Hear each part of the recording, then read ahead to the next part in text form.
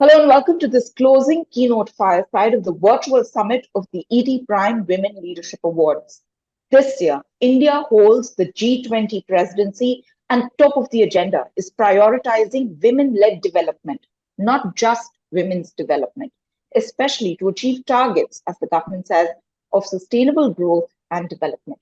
Among the chosen delegates is the Padma Shri and National Award-winning actor Raveena Tandon. She is a powerhouse performer and has portrayed a variety of characters with aplomb. She supports several social causes linked to child welfare and women development, and she's associated with various organizations like UNICEF, White Ribbon Alliance for Safe Motherhood, Spina Bifida Association, and Smile Foundation.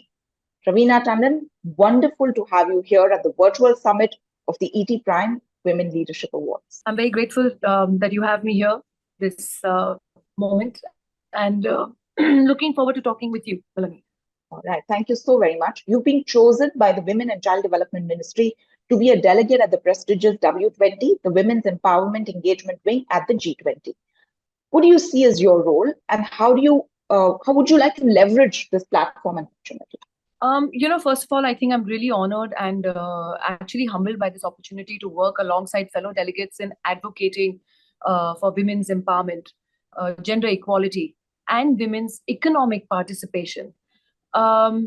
We've got Dr. Sandhya Parecha, who's the chair, and I'm working alongside such amazing other delegates and a lot to learn from them as well. So I consider I'm very privileged and honored to be part of this team that is going to take this on head on, literally. Well, being a delegate of W20 India, I kind of see myself contributing to the ongoing effort to empower women, ensure their development, to promote more so, which is something that I strongly believe in, gender equality.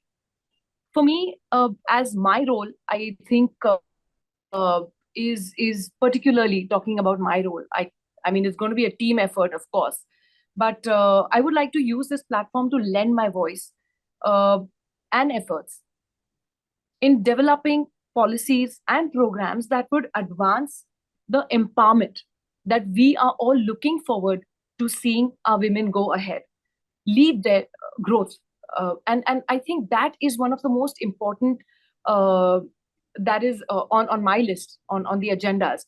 Is the key is the policy making for me, because only if we lay the groundwork is then when we can take our efforts forward. So for me, women being women entrepreneurs, gender pay gap, women's safety at the workplace, whether it's any industry, I'm talking sector-wise, it's not necessary, it's only my film industry. It's, I think, industries all over. These are very, very important, other issues that we'll be dealing with and trying to create a kind of consensus between all of us, what we strongly believe in and where we can take this forward. These are some of the issues that, besides the other gender inclusive policies, I think these are mainly my concerns, which I have always advocated. All right. As you said, the main objective of W20 is to ensure that gender considerations are mainstreamed into G20 discussions. They translate into policy and commitments so that, as you say, we can foster greater gender equality and women's economic empowerment. What are the things that you'd like to consider, which you think should translate into policy from your vantage? I would honestly use this platform to raise awareness more so about challenges faced by women, such as disparities in access to education, first and foremost. And that starts right at the grassroots level. Healthcare, job opportunities, as well as probably the social stigma that is attached to them. We see so many cases. I've done pretty extensive work with a lot of NGOs and other organizations, and some of them helping the government as well, whether giving out social cause messages, etc. But when we start talking about education for girls at the grassroots level, maybe our metro cities and our cities are doing better. But when we start going into the interiors, There are lots of problems. Max amount of girls drop out of school in the 8th standard. The minute they reach puberty or they reach maturity, there's a lot of social stigma attached to that. There's a lot of difficulties for girls going to school in rural areas, and these are things that I really strongly feel about, and I think we should tackle them on a war footing, because I do believe that these are our key priorities, and if we start implementing them as far as policy levels and ensure that the development of women is, yes, of course, very, very necessary, to start at that level of primarily giving them that education so that they get that footing in our world. So trying to tackle that is something which is very, very close to my heart. Secondly, I think, yes, of course, I'll be eager to learn from all. I have such amazing an amazing team with along with me, and really eager to learn as to what their experience have been. We've got delegates from all over the world, and I think collectively, I think it is important for us to take this on a global level. So I think I'm really looking forward to this and raring to go. All right. You spoke about how important it is for girls, and you're very right. By grade 8, a lot of girls drop out because so much focus on the family and pressure to do the work of the house, take care of siblings. In a lot of parts of our country, even get married. Can you share with us some of your experiences of working with the girl child? Um, I actually have been working for the girl child along with my mum since I was a girl myself, and I have seen things which are shocking, which are, uh, I mean, to a certain extent, where you actually wonder what is humanity all about. I remember starting with the first experience for me to be exposed to something like this at such an early age. I think I was about 10 or 11 myself. And there was an orphanage that my mom had taken under her wings. And my mom would sponsor stuff for them and get them working and get them to build another extension, their school, their books, everything she would look after and have it done. And I remember going there as a child with her. And one of those days when we landed up there, while we were there, fishermen got a small girl child completely covered in sand with the umbilical cord still hanging from her. And she was buried deep in the sand. And the fishermen found her and they brought her to the orphanage. I remember naming the child Bubbles. I said, I want to call her Bubbles because she was a fair child with, cheeks. And I kept telling my mom, can we take her home? Can we take her home? Can we take her home? So seeing that from such a young age, I don't know, I think it kind of just built up on the passion that I had, that cannot let this happen and we should not let this happen. What are we all about and what are we doing to stop this from happening? And that's when I realized that this is something that I want to do most of my time and give my best to. And so it's been amazing. It's been along with UNICEF. In fact, I did a lot of field work with them when we went to the rural areas. But our topic at that time was breastfeeding and maternity health, as in seeing young girls at the age of 15, 16, 17 give birth when their body is also not ready to produce and probably give that kind of nutrition to the child. And most of the time, like, I would want to bring this to notice that yes, we are I would not really say patriarchal, because a lot of our states are very matriarchal as well.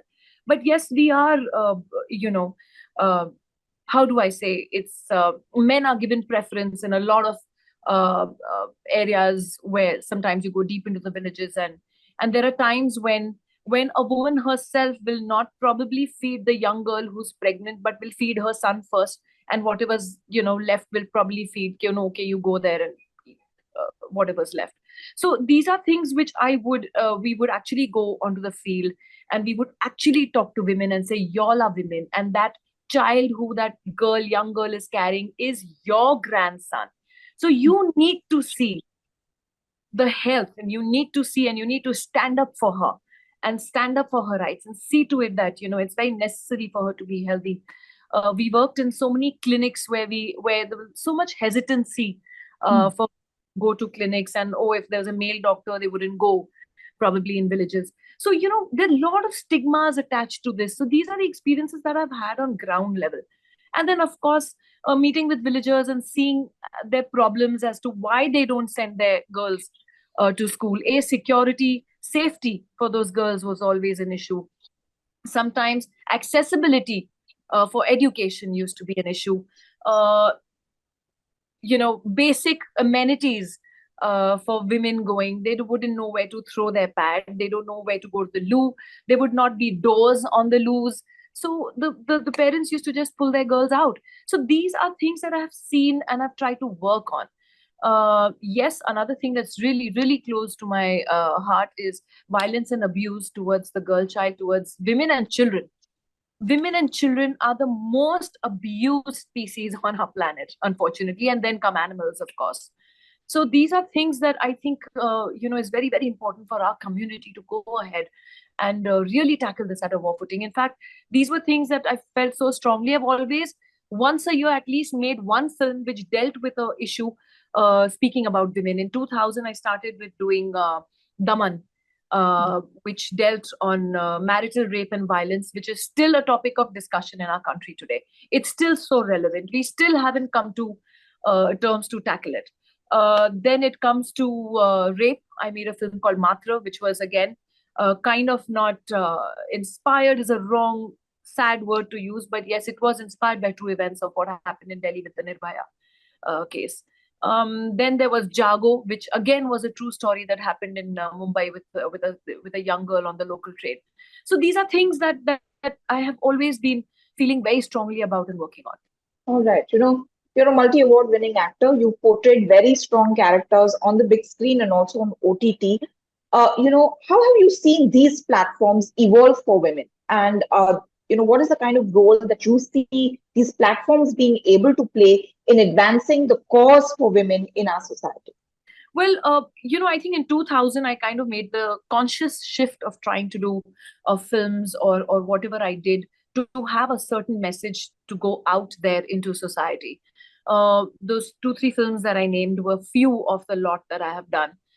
It was very important for me when I would do a show or on the OTT platform to again pick up something that does have a strong message.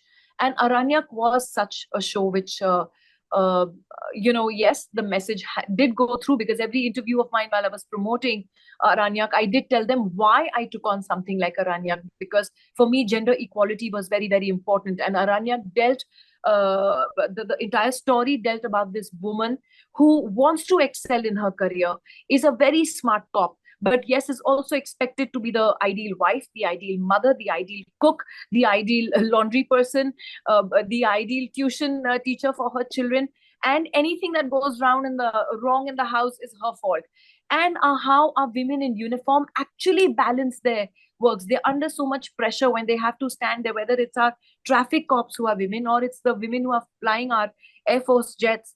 They have a certain responsibility. They have to be alert. They have to be all there, and they run their homes at the same time.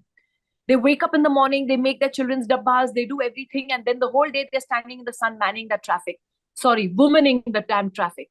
So it is that for me which is very, very close to my heart, and that's what I think is through that opportunity I said, okay, this is the show that I want to do, which deals about this inequality and the fact that men actually have it easy according to me. So I apologize to all the men sitting watching this right now, because I think ultimately to run the house does come onto the woman's shoulders. And I'm not only talking about the money, I'm talking about everything from seeing everything work like clockwork, the children's issues, your children are growing up, dealing with their personal lives, everything. It's our responsibility. And then to go and excel in the career, and then there's someone else to waiting up just for her, waiting to slip so that they can get a chance and move on ahead.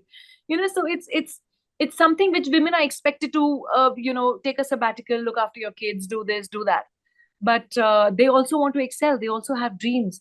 So it was very important for me to tell families that support your women, be there, be the wind beneath her wings, and then watch her fly, because you can contribute as well in the house. Take up some responsibilities and help your mom, your wife, your daughter-in-law shine.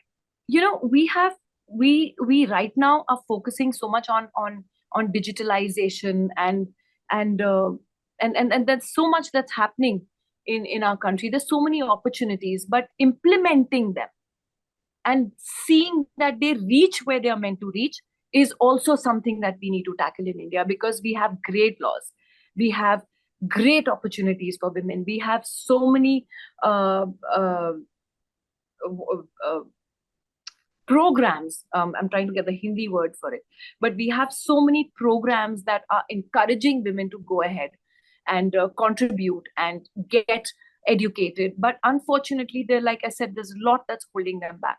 So I think that little fair share of, uh, uh, you know, uh, pushing them to getting them to that level that we want to see them reach, is what's very necessary. All right. Those are powerful words and very important words. As you rightly said, we have great laws, great policies in place. What is required is really to ensure that they are implemented. But Raveena Tandon, we wish you all the best as our delegate for the W20. Power through, and let's hope that it translates into some good policies, for women and for their empowerment. Thank you so very much for speaking to us here at the ET Prime Women Leadership Awards.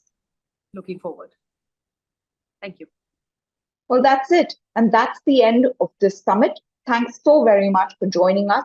You can catch all the individual keynote sessions and panel discussions on our website. Do check out our social media handles for more updates and continuing coverage of the Women Leadership Awards. From me, Maloni Bhatt, and the rest of the team, thanks once again for watching, and we'll see you soon.